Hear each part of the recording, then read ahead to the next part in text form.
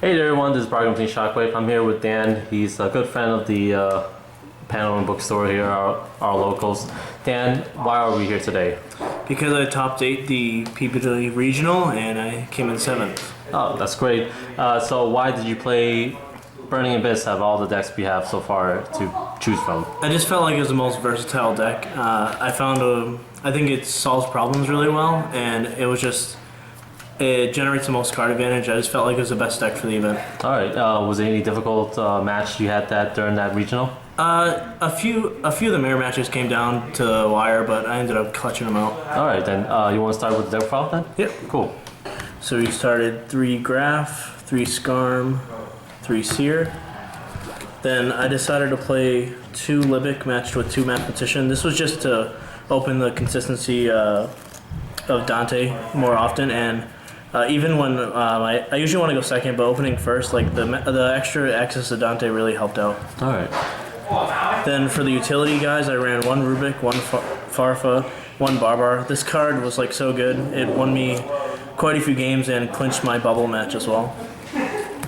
Of course, the 1 Tour Guide. Ran 2 Dark Hole Raigeki. This was really just to solve problems. I felt like that was one of the only weaknesses of the deck, and it just cleared things out of the way, so I didn't have to make Virgil, so I could just float my Dantes and Downards rather than using Virgil to solve problems. I ran 1 Foolish and 1 Soul Charge. Soul Charge, I actually didn't activate it at all. I didn't draw it that much, and I sided out, but I think it's just a good card game 1 for the nutrition matchups, and but I don't think I'd cut it. Then onto the traps, 3 Fiend Griefing. This is definitely the best card in the deck. It takes away from your opponent what your opponent's trying to do, as well as putting you ahead at the same time. And when you remove their Skarm in the mirror match, like it's just a huge tempo swing. It's like getting 2 free turns, and you get to capitalize it on the turn on the fall. You use it on the end phase, so you're really just capitalizing the turn that you activate the card. For discard traps, I ran with 3 Karma Cut. I thought it was the best one. And second was Raigeki Break. I think 5 was just the best number, and the consistency worked out. I just opened up with 1, and that's all I really wanted. 2 Fire Lake. Fire Lake was okay. I actually didn't resolve it too many times. I ended up siding it out in the majority of my matchups, but I think it was necessary at 2, and it worked out. 2 Traveler. This card is so clutch. I didn't want to play 3rd because I felt like it was a little cloggy, but whenever I resolved this card for like 3 or more, my opponents were just scooping the games. Like it really ended the games quickly, and yeah, even on turn 2. 2 Breakthrough Skill. This card was phenomenal. It just shut off things like Denko and Winda, and even in the mirror match, like game 1, it's not very good in the mirror, but being able to even answer the tour guide early can like really be a huge boost. 1 Torrential, 1 Warning. I decided to play Skill Drain.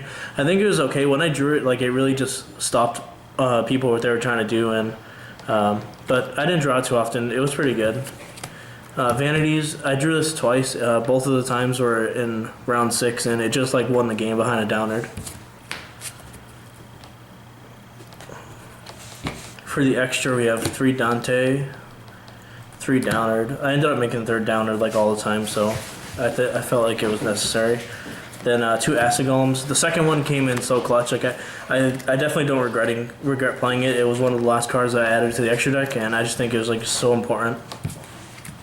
1 Alucard, 1 Nightmare Shark, and 1 Utopia. This card is like amazing. It won me at least 5 games. 1 Virgil, and then these 3 guys I didn't make: Zenmains, Levier, and MechQuib Engineer, but I felt like they were good options from time to time. And onto the side, we have 3 Maxi. Just a great card in the format right now.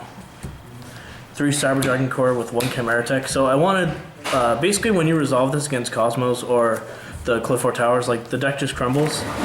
So I always wanted as much access to it as possible, but I didn't want to take too many spots in the extra inside, so I decided just to play 1. Because once I got access to it, it didn't matter if I had an extra core or whatever in hand, because the game was just over anyway. I ran with 2 Flying Sea.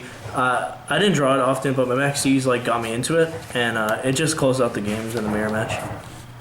2 spell cancelers. This is strictly for Necros, but I didn't play one the entire day, which I was kind of disappointed in. I felt like it was one of my better matchups. 3 MST for utility and for all the floodgates, and then the 3rd Fire Lake. All right, thanks Dan for the deck file. I think that you want to give some shout outs for your... Yeah, shout out to my brother for helping me through, get my first op, supporting me. My friend Kevin for helping me, and shout out to my boy Jorman for letting me borrow the deck.